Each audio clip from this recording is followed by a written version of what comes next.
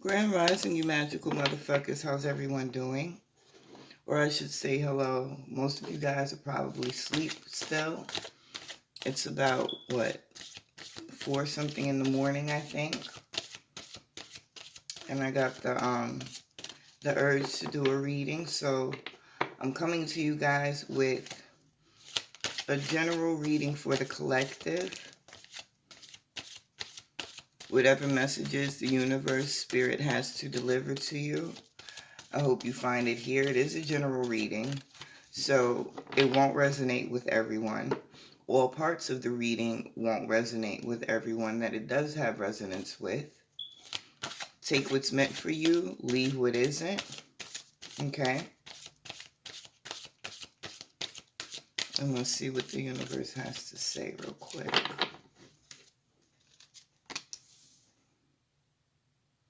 First card out is wide open. The second card out is coming apart. The third card out is cleaning house. Fourth card, follow the leader. Fifth card, metamorphosis. And the sixth card is listening. The overall energy at the bottom of the deck is details, details. I am going to pull some tarot in combination with the oracle for a more in-depth understanding of what your spirit guides, the universe, the angels, your ancestors want you to know now in this moment, okay? Okay. So that first card out is the Nine of Wands. We have the Page of Cups, the Ace of Cups, the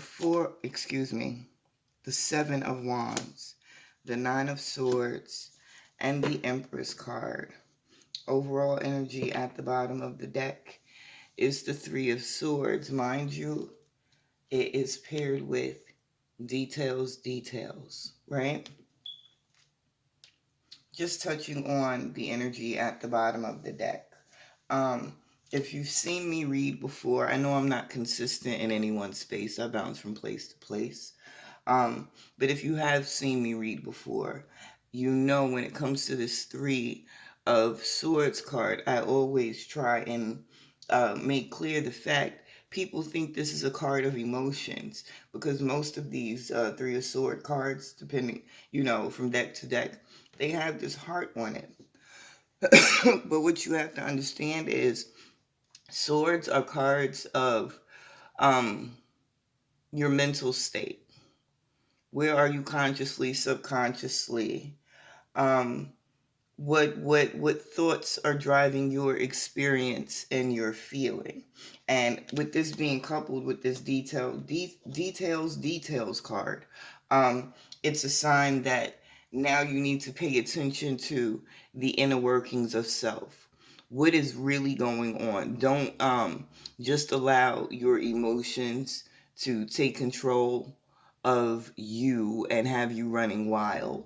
Don't allow your thought process to take control and have you running wild. There has to be that balance, and there has to be the ability to distinguish between what's really emotionally stressful or draining on me, and the answer should be nothing.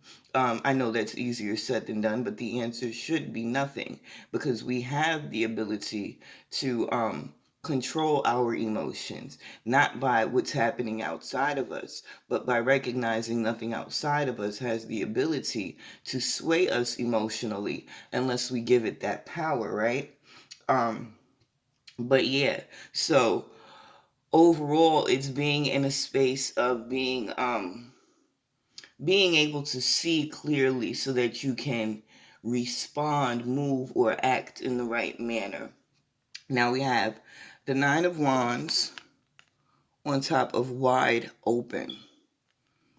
This is you fully in your power, very clear, determined, direct on what it is that you want to do, in a space of being receptive and allowing not only things to take place the way they're supposed to, but allowing those messages, that guidance to come in um, without going through that toss up between mind and emotion.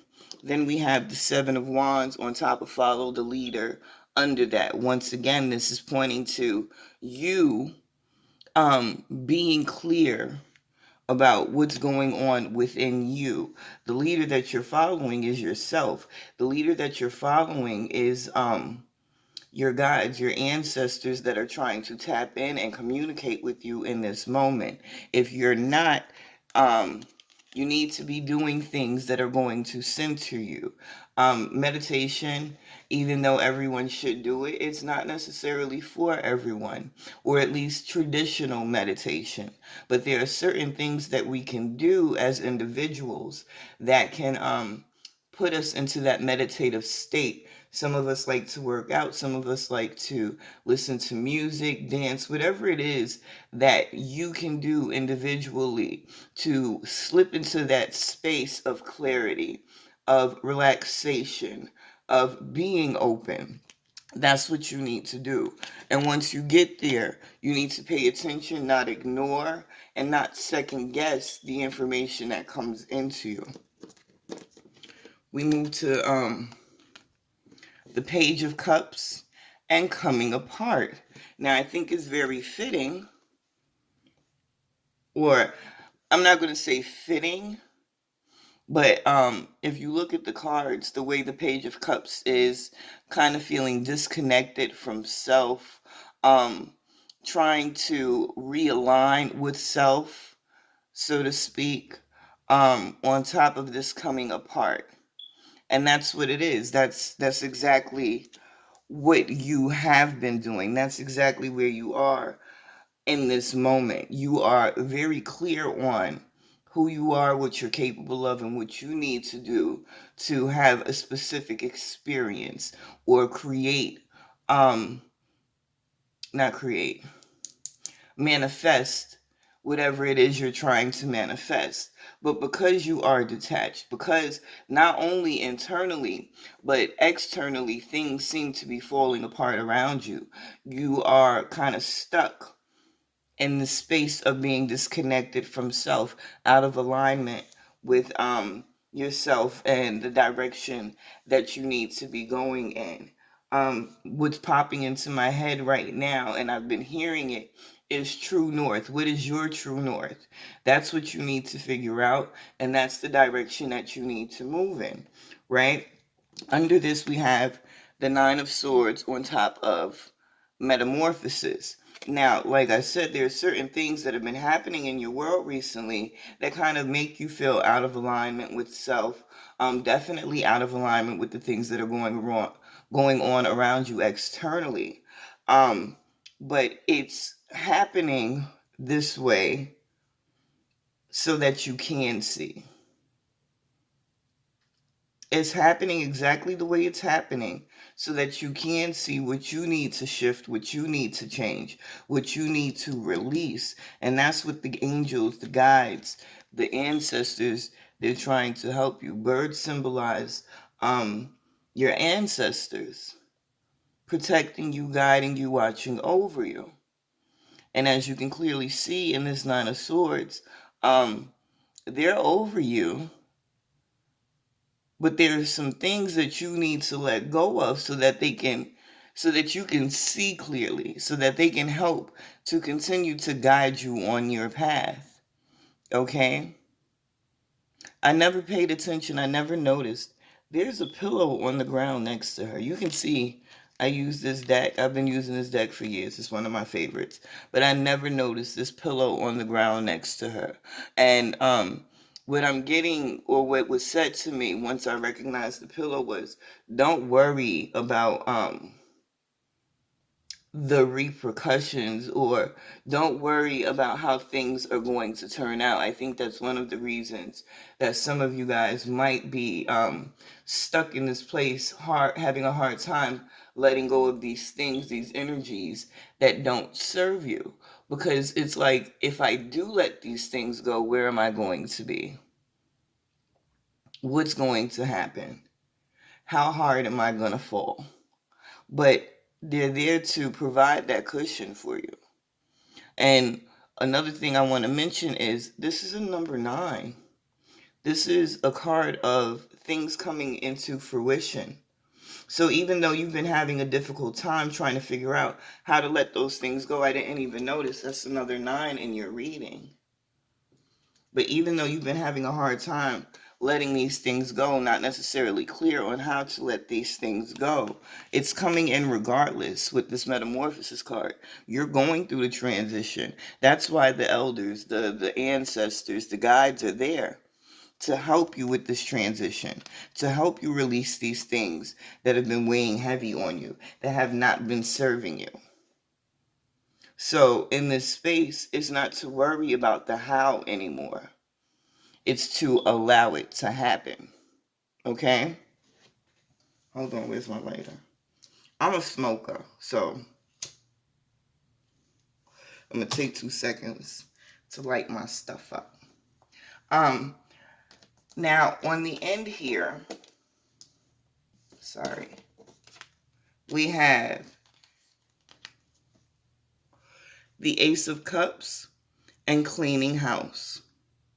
All of these things that you didn't know how, you couldn't figure out how to let go of, this metamorphosis, this transition that you're going through with your ancestors at the helm, guiding you, protecting you, lighting the path for you, this is where they're leading you.